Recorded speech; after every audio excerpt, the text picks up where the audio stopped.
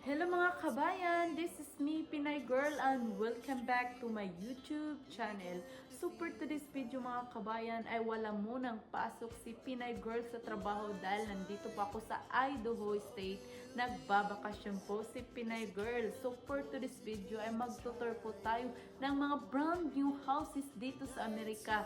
So nandito nga pala ako sa Idaho State for 1 week mga kabayan. So excited na ba kayo makita ang magandang bahay dito sa Amerika? So ano pang hinihintay natin? Let's go!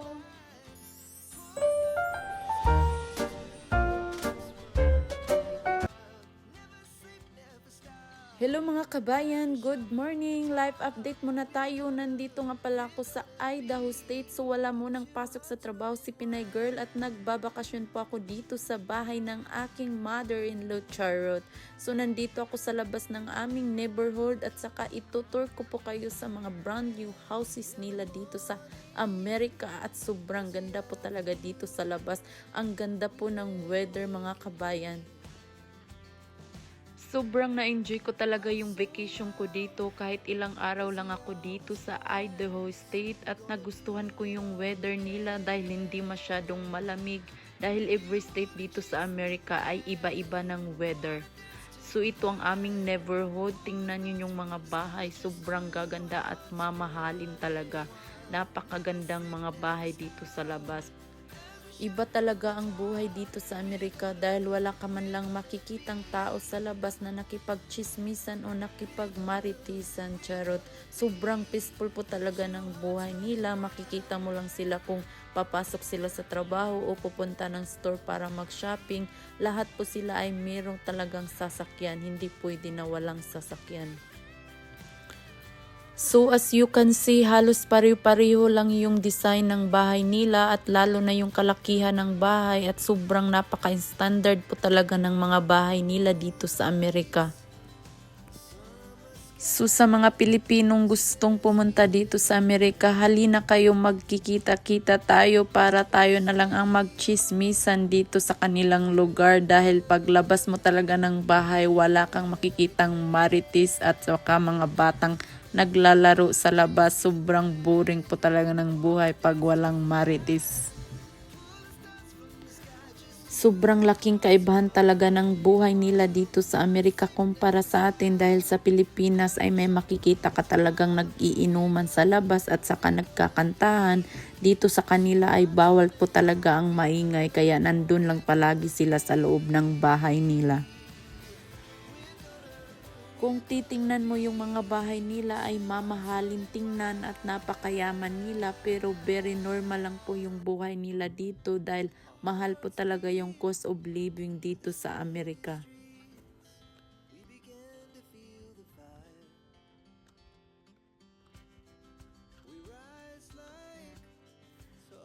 So sa next tour natin mga kabayan ay babalik na ako sa loob ng bahay at kung saan ako nakatira dito. So walking muna tayo saglit bago makarating sa bahay.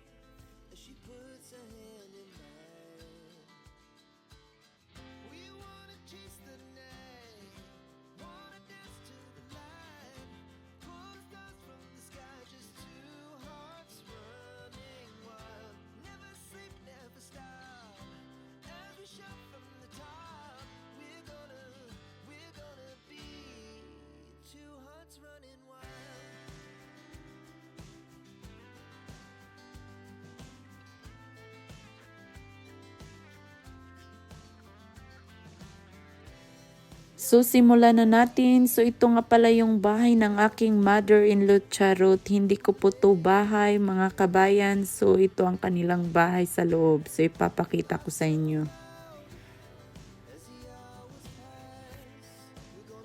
So ito ang kanilang living room. Sobrang gaganda po talaga ng mga gamit nila dito. At ito rin ang kanilang kitchen.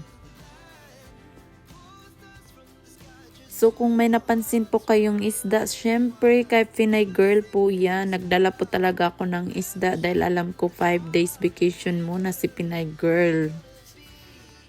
So hindi ko na lang ipapakita yung 3 bedroom nila dito at 2 toilet para sa privacy na din. So nandito na ako sa kanilang backyard. So punta na tayo.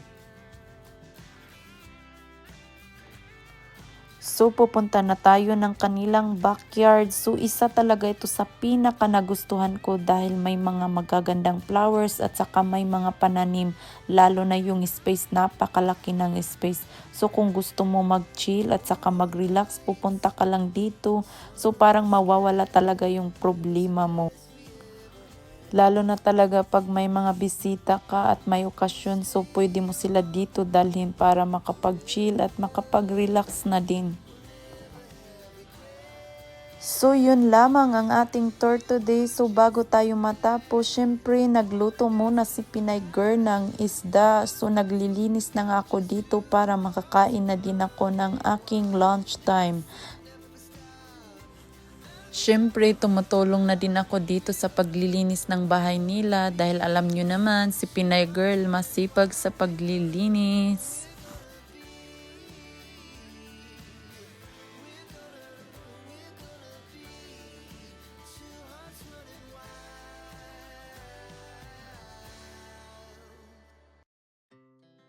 Our hearts beat to the city streets.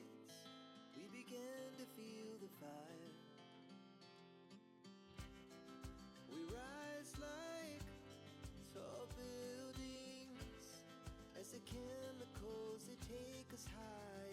So nais ko munang magpasalamat sa mga nanood ng aking vlog ngayon. Ito muna ang aking live update ngayon sa Idaho State sa aking vacation time.